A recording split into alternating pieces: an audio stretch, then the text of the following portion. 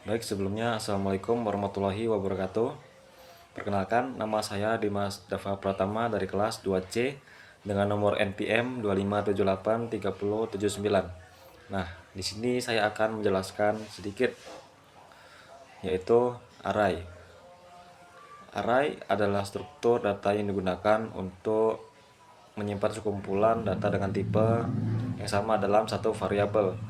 Jika variabel biasa ibarat sebuah kotak yang hanya bisa diisi satu barang, maka array adalah sebuah lemari panjang yang memiliki banyak laci atau slot.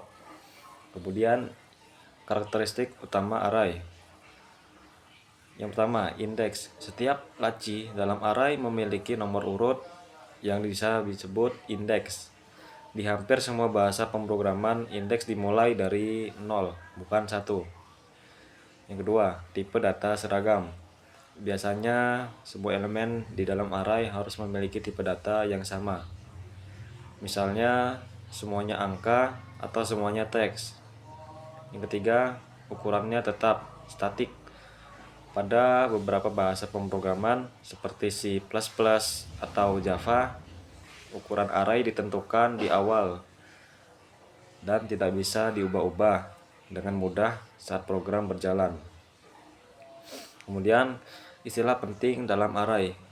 Yang pertama, elemen. Elemen isi atau nilai yang di dalam array. Yang kedua, indeks, alamat atau posisi elemen, dimulai dari 0. Yang ketiga, length, panjang, total jumlah elemen yang ada di dalam array. Kemudian yang ketiga, jenis-jenis array. A. Array satu dimensi. Ini adalah bentuk paling sederhana, seperti barisan laci atau satu baris saja. Digunakan untuk linear, seperti daftar nama siswa atau daftar harga. Kemudian yang B, array multidimensi. Array di dalam array. Yang paling sering digunakan adalah array dua dimensi. Bayangkan ini seperti tabel yang memiliki baris dan kolom atau papan catur. Contohnya, aksesnya menggunakan dua koordinat. Nama array, tutup buka kurawal, baris, tutup buka kurawal, kolom.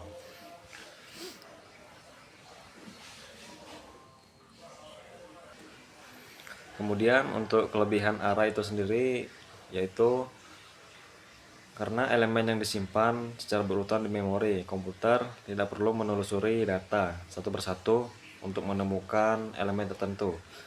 Dengan rumus matematika sederhana, alamat awal plus indeks, komputer bisa langsung melompat ke lokasi data tersebut. Yang kedua, efisiensi memori.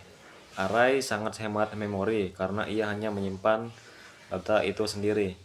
Berbeda dengan linked list yang harus menyimpan alamat memori berikutnya, pointer, untuk setiap elemennya. Array tidak membutuhkan data tambahan untuk menjaga struktur datanya. Yang ketiga, cache, friend list. Karena elemen-elemen array diletakkan berdampingan secara fisik di memori RAM, prosesor CPU bisa memprosesnya dengan sangat cepat. Saat CPU mengambil satu data dalam array, ia biasanya juga mengambil data di sekitarnya dalam cache. Ini membuat proses iterasi looping pada array jauh lebih cepat dibandingkan struktur data yang datanya tersebar di memori. Kemudahan implementasi untuk struktur data lain. Array adalah blok bangunan dasar. Banyak struktur data yang lebih kompleks dibangun menggunakan array sebagai fondasinya, seperti stack, queue, antrean, heap digunakan dalam priority queue. Yang keempat, hash table. Kemudian untuk kekurangan array itu sendiri, yang pertama, ukuran yang kaku. Pada banyak bahasa pemrograman seperti C, C++ atau Java, kamu harus menentukan ukuran array di awal. Jika kamu memesan kapasitas 100 tapi ternyata hanya butuh 10, Sisa 90 slot akan membuang-buang memori. Sebaliknya, jika ternyata kamu butuh satu slot, kamu tidak bisa memperbesarnya begitu saja. Yang kedua, biaya operasi. Menambah atau menghapus elemen di tengah array adalah mimpi buruk bagi performa jika datanya banyak. Yang ketiga, masalah memori. Karena array membutuhkan satu blok memori yang utuh dan tidak terputus, hal ini bisa menjadi masalah. Yang keempat, homogenetis. Tipe data harus sama. Pada bahasa pemrograman tingkat rendah dan menengah, array mewajibkan semua elemen memiliki tipe yang sama. Kamu tidak bisa mencampur angka, teks, dan objek dalam satu array murni. Hal ini membuat array kurang fleksibel untuk menyimpan data yang heterogen dibandingkan dengan struktur seperti struct atau class. Sekian, itu saja yang dapat saya sampaikan. Kurang dan lebihnya saya mohon maaf. Saya akhiri. Wassalamualaikum warahmatullahi wabarakatuh.